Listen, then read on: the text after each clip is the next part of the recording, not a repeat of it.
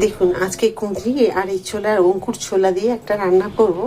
যারা ডায়েট করেন তাদের জন্য ভীষণ উপকার এই রান্নাটা খাওয়া। তো সাথে থাকবেন, শেষ পর্যন্ত দেখবেন আমি কি কি মশলা দিলাম, কি দিলাম না, কিভাবে তৈরি করছি। তো এটা বাড়িতে যাদের একদমই তেল মশলা চলবে না তারাও খেতে পারবে। দেবো নাকি সবই দেবো, কিন্তু সেটা দেখে নেবেন সাথে থেকে। আর এই অঙ্কুর ছোলা দিয়ে এইভাবে যদি রান্না করেন তার উপকারিতা প্রচুর। তো চলুন, আমি আলু দিইনি, আর এটা আমি একটু ভাপিয়ে নেব প্রেশার কুকারে, যেহেতু গ্যাসের এখন সমস্যা সেই কারণে। তো আমি একটা সিটি পড়বে তার আগে আমি কিন্তু বন্ধ করে দেবো গ্যাস। কড়াই দিয়েছি তেল, দিলাম একটু কালো জিরে আর একটুখানি ছিঁড়ে দিলাম তেজপাতা, দিয়ে দেবো পেঁয়াজ।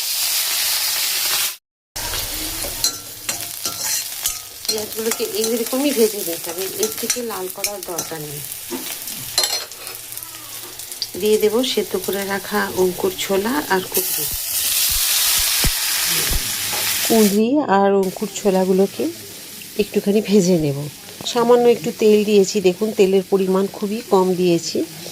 যারা তেল খাওয়া পছন্দ করেন দিলে দিতে পারেন, কিন্তু এটা স্বাস্থ্যের কথা চিন্তা করে আমি তেলের পরিমাণটা খুব কম দিয়েছি। এবারে একটুখানি ভেজে নিতে হবে, অন্তত 2-3 মিনিট মিডিয়াম টু লো ফ্লেমে ভেজে নেবেন। এখানে মশলা দেবো আমি একটা মিডিয়াম সাইজের টমেটো, আর 2 চামচ দিয়েছি জিরে, গোটা জিরে, আর 4টে কাঁচা লঙ্কা দিয়েছি, আদা দিয়েছি 1 ইঞ্চি। এগুলোকে বেটে নিয়েছি। কাঁচা লঙ্কাগুলো খুব একটা ঝাল নেই, আপনারা চাইলে শুকনো লঙ্কাও খেতে পারেন বা কাঁচা লঙ্কা, যার যেটা ইচ্ছে হবে। এখানে পেঁয়াজ রসুন আমি কিছুই দিইনি, বা ধনে গুঁড়ো বা ধনে গোটা এরকম কিছু দিইনি, অল্প একটু মশলা। তো এইটুকু মশলা দিয়েই কষিয়ে এটাকে রান্না করব। দিয়ে দিলাম পরিমাণ মতো নুন, পরিমাণ মতো চিনি, খুব বেশি চিনি নেই, এর চামচটা দেখলেই বুঝতে পারবেন। এটাকে অন্তত 2 মিনিট একটুখানি কষিয়ে নেব মিডিয়াম টু লো ফ্লেমে। যে তেলের পরিমাণ যেহেতু কম আছে, জল ছিটিয়ে একটু মশলাটাকে কষিয়ে নিতে হবে। তো দেখুন আমি এইভাবেই কিন্তু কষিয়ে নিচ্ছি, এতে রান্নাটা কিন্তু ভালোই হবে। আর এখানে দিয়ে দেবো মিক্সি ধোয়া জল, সামান্য একটু জল দিলেই হবে, যেহেতু এগুলো সব সেদ্ধ করা আছে সেই কারণে জলের পরিমাণ খুব একটা বেশি লাগবে না। বেশি দিয়ে দিলে জলটা শুকোতে আবার সময় লাগবে।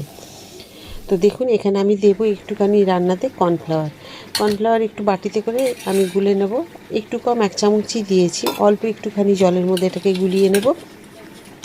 রান্নাটা যাতে বেশ ঘনত্ব থকথকে হয় দেখতে, সেই কারণে, আর স্বাদ দেখতেও সুন্দর লাগবে, খেতেও ভালো লাগবে, সেই কারণে আমি এই কর্নফ্লাওয়ারটা দিচ্ছি। তো এটা বেশ ভালো গোলানো হয়ে গেছে, এখন রান্নাটাও প্রায় রেডি হয়ে গেছে। তখন নামাবার আগে আমি দিয়ে দিলাম। দেখুন দেখতেও খুব সুন্দর হয়েছে, আর এটা যখনই ফুটে যাবে আর বেশিক্ষণ সময় লাগবে না। আর দেখতে দেখুন খুব সুন্দর থকথকে হয়েছে, দেখতে ঘন। তো এইভাবে যদি রান্না করে নেন, এই রান্নাটা আপনারা রুটিতে ভাতে সবেতে ভালো লাগবে। কেমন লাগলো আজকে কুঁদরি আর অঙ্কুর ছোলার তরকারি? আশা করি ভালো লেগেছে। যদি ভালো লাগে লাইক, সাবস্ক্রাইব, শেয়ার করে আমার সাথে থাকবেন।